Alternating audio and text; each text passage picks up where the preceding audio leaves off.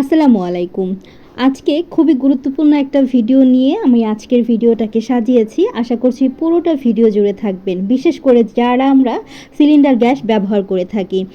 যারা লাইনের গ্যাস ব্যবহার করে থাকি তারা তো নিশ্চিন্তে সব কিছু করতে পারি, কোনো রকম কোনো সমস্যা হয় না। তবে যারা আমরা সিলিন্ডার গ্যাস ব্যবহার করে থাকি আমাদের কিন্তু অনেক রকমের পদ্ধতি ব্যবহার করতে হয় রান্নাবান্নার ক্ষেত্রে।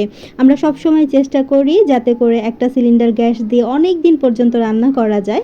আমি কিভাবে 3 থেকে 4 মাসের মতো একটা সিলিন্ডার গ্যাস ব্যবহার করে থাকি তারই টিপসগুলো আজকে শেয়ার করব আপনাদের সাথে। আশা করছি আপনারা অনেক বেশি উপকৃত হবেন।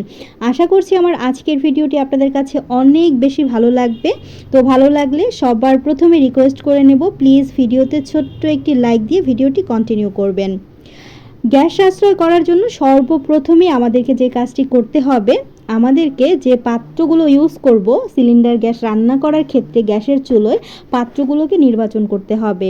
এই পাত্রের ক্ষেত্রে আমাদেরকে চেষ্টা করতে হবে একটু লাইট ওয়েটের পাত্রগুলো ব্যবহার করার জন্য, যাতে করে রান্নাটা খুব দ্রুত করা যায় আর সেই সাথে চুলায় দেওয়ার সাথে সাথেই যাতে পাত্রটা গরম হয়ে যায়।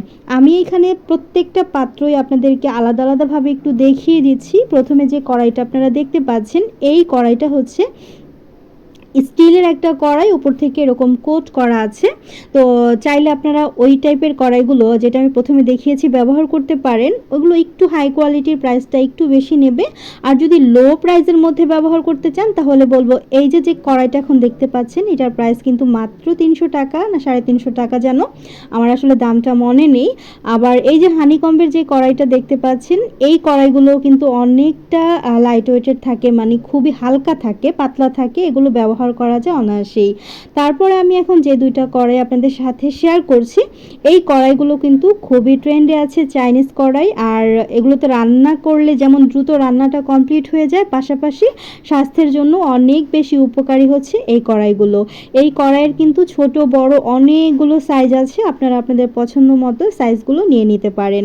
এখন আপনাদের সাথে আরও একটা কড়াই আমি শেয়ার করছি। এই কড়াইটাও কিন্তু আপনারা গ্যাসের চুলায় রান্না করার ক্ষেত্রে ব্যবহার করতে পারেন, খুবই ভালো। এটাও কিন্তু একদম চুলায় দেওয়ার সাথে সাথেই তাপটা নিয়ে নেয়, একদম দ্রুত গরম হয়ে যায়।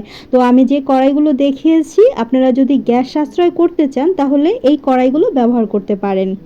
আচ্ছা, তার পরবর্তী দ্বিতীয় টিপসটায় আমি চলে যাচ্ছি। আমরা অনেক সময় দেখা যায় এমন কিছু সবজি নিয়ে আসি যে সবজিগুলোকে আমাদের একটু বয়েল করে রাখতে হয় বা একটু হালকা ভাপিয়ে নিয়ে তারপরে রান্নাটা করতে হয়। তো একসাথে অনেকগুলো সবজি নিয়ে আসলে আমি যে কাজটা করে থাকি, একসাথে আমি চেষ্টা করি সবজিটাকে সেদ্ধ করে নেওয়ার জন্য। আর সবজিটা সেদ্ধ করার ক্ষেত্রে আমি এখানে আগে থেকে ইলেকট্রিক ক্যাটেলে গরম করে পানি নিয়ে সেটার মধ্যে একটু লবণ আর হালকা হলুদের গুঁড়ো দিয়ে আমি সেদ্ধটা করে নিয়েছি। এতে করে যে জিনিসটা হবে, আপনার ভাপানোটা খুব দ্রুত হয়ে যাবে। গরম পানিটা যেহেতু আমি ক্যাটেলে করে নিয়েছি, গ্যাসটা কিন্তু এখানে আমার অপচয় হচ্ছে না। তো আমি এখান থেকে সবজিটা ঠান্ডা হয়ে যাওয়ার পরে স্ট্রেনারে ছেঁকে নিয়েছি। ঠান্ডা হয়ে যাওয়ার পরে কিন্তু এরকম কাচের জারে করে ডিপ ফ্রিজে রেখে দেব। পরবর্তীতে যখন রান্না করব তখন কিন্তু আর সেদ্ধ করার ঝামেলাটা থাকছে না, সেই ক্ষেত্রে আমার গ্যাসটা কিন্তু অনেকটাই সাশ্রয়ী হচ্ছে। আপনারা এই টিপসটা ফলো করতে পারেন। এখন চলুন পরবর্তী টিপসটা শেয়ার করছি। সিলিন্ডার গ্যাস ইউজ করার ক্ষেত্রে আমাদের অনেক সময় দেখা যায় কি এই সমস্যাটা ফেস করতে হয়, চুলার জালটা অনেক সময় বাড়িয়ে রান্না করতে হয়। তা আমি আপনাদেরকে সাজেস্ট করব কখনোই চুলার জালটা বাড়িয়ে রান্না করবেন না। চুলার জালটা মিডিয়ামে রেখে তারপরে রান্নাটা কমপ্লিট করবেন। এতে করে আপনার গ্যাস অপচয় কিন্তু অনেক কম হবে। আর এই যে কড়াইগুলো বলেছিলাম আমি আপনাদেরকে, এরকম একটা দুইটা কড়াই কিন্তু আপনারা কিনে নিতে পারেন। এতে করে খুব দ্রুত কড়াইটা যেমন গরম হয়ে যাবে, আপনার রান্নাটাও কিন্তু খুব দ্রুত কমপ্লিট হয়ে যাবে। চুলার জালটা হাই হিটে দিয়ে কিন্তু এই কড়াইতে রান্না করতে গেলে কড়াইটা পুড়ে যায়, খাবারটাও কিন্তু নষ্ট হয়ে যায়। সেই ক্ষেত্রে আপনারা চুলার জালটা মিডিয়াম টু লো হিটে রেখে রান্না বান্না করবেন, আপনার গ্যাসটাও সাশ্রয়ী হবে, রান্নাটাও কিন্তু পারফেক্টলি কুক হয়ে যাবে। তো আমি এখানে প্রথমে হচ্ছে পেঁয়াজ মরিচ দিয়ে ভালোভাবে তেলে ভেজে নিয়ে একটু করলা ভাজি করে নেব। চিংড়ি মাছ দিয়ে করলা ভাজিটা করে নিয়েছি। আর পেঁয়াজ কাঁচামরিচটা ভাজার ক্ষেত্রে ক্ষেত্রেও চেষ্টা করবেন একটু হালকা ভাজতে, খুব বেশি সময় নিয়ে ভাজার প্রয়োজন নেই। আর এরকম সবুজ সবুজ থাকা অবস্থায় করলা ভাজিটা নামিয়ে ফেলবেন। অল্প সময়ের মধ্যেই দেখবেন রান্নাটা কমপ্লিট হয়ে যাবে। আর এই যে সবজিটা অনেক ক্ষেত্রে দেখা যায় কি একটু পাতলা করে কেটে নিলেও কিন্তু রান্নাটা দ্রুত হয়ে যায়। এখন আপনাদের সাথে আরও একটা রান্না শেয়ার করছি। আমরা অনেক সময় মশলা কষিয়ে রান্না করতে গেলে আমাদের এক্সট্রা গ্যাসটা কিন্তু অপচয় হয়। সেই ক্ষেত্রে কি করা যায়, আমরা এখানে সব কিছু একসাথে দিয়ে দেব। যেমন কচুরমুখিটা আমি দিয়ে দিয়েছি, মশলা চিংড়ি মাছ সব কিছু দিয়ে আমি এখানে গরম পানিটা ব্যবহার করছি। ক্যাটেলের গরম পানিটা আগে থেকে আমি ক্যাটেলে করে রেখেছিলাম। গরম পানিটা দিয়ে তারপর আমি এখানে হচ্ছে মানে সব কিছু তো দিয়ে দিয়েছি, কাঁচামরিচ পেঁয়াজ টেয়াজ সব দিয়ে মাখিয়ে ঝুঁকিয়ে বসিয়ে দিলাম।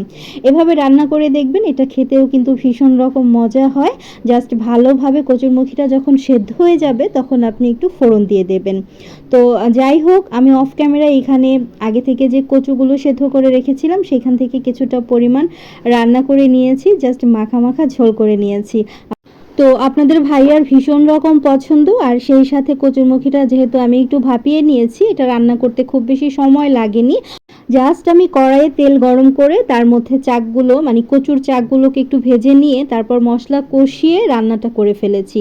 খুব বেশি পরিমাণে পানি এখানে ঝোলের পানিটা আর কি ব্যবহার করতে হয়নি কিন্তু আমাকে। পরবর্তী টিপস হচ্ছে ডাল আর ভাত রান্না করার ক্ষেত্রে আমরা যেই কাজটা করতে পারি, আমি সব রান্নাবান্না করার প্রথমেই হচ্ছে চাল ডালটাকে ভালোভাবে ধুয়ে ভিজিয়ে রেখেছিলাম। তরি তরকারিগুলো সব রান্না হতে হতে চাল ডালটা কিন্তু আমার খুব ভালোভাবে ভিজে গিয়েছে। আর এই টিপসটা আপনারা ভাত আর ডাল রান্না করার ক্ষেত্রে অবশ্যই এটা আপনারা ফলো করবেন।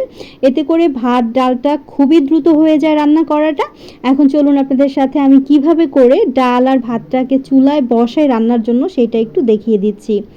কড়াইয়ে প্রথমে হচ্ছে ডালটা ওই যে ধুয়ে রেখেছিলাম সামান্য পানি দিয়ে চুলায় বসিয়ে দিয়েছি। আর ওপরে ঠিক আমি আরও একটা পাত্রের মধ্যে বেশ কিছুটা পানি দিয়ে ঢেকে দিয়েছি।